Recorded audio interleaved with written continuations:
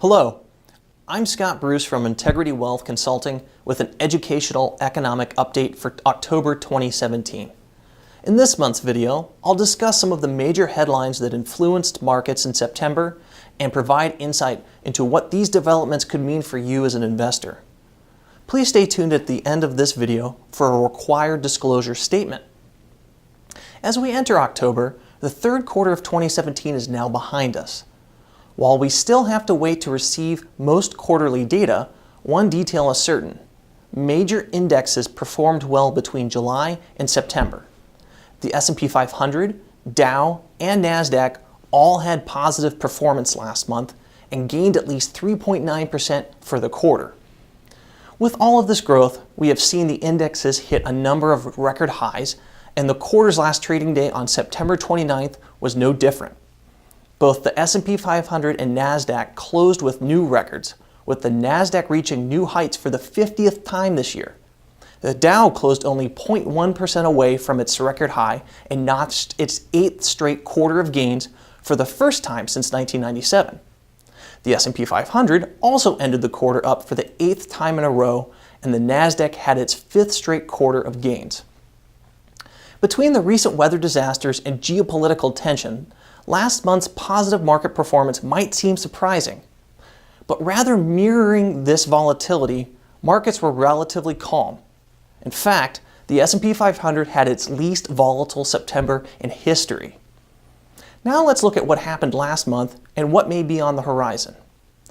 Right before the end of September, we received the final reading of Gross Domestic Product, or GDP, a critical measurement of the economy's growth.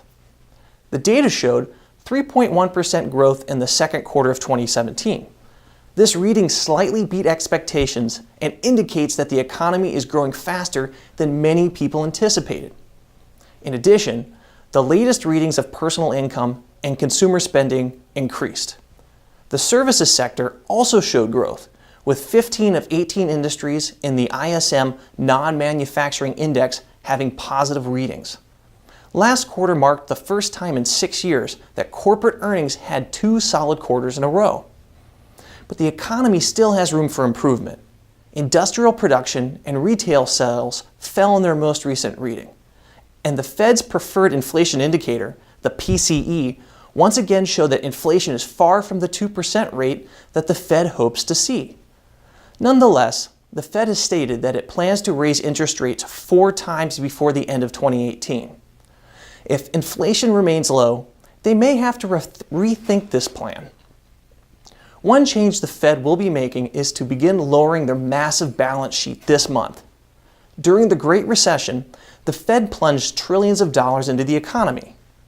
The Fed now believes the economy is strong enough to handle more normal monetary policy. So far, the markets haven't had a strong reaction to the Fed's long-anticipated decision to reverse its so-called quantitative easing. But we will continue to monitor this action and a variety of other economic indicators throughout the rest of 2017. Looking ahead, many potential changes could be on the horizon, including tax reform. We are studying how any policy or economic updates could affect the markets. That wraps up this month's Educational Economic Update. As always, if you have any questions or concerns about what we have discussed, please call our office at 724-940-9060. We will see you again in November.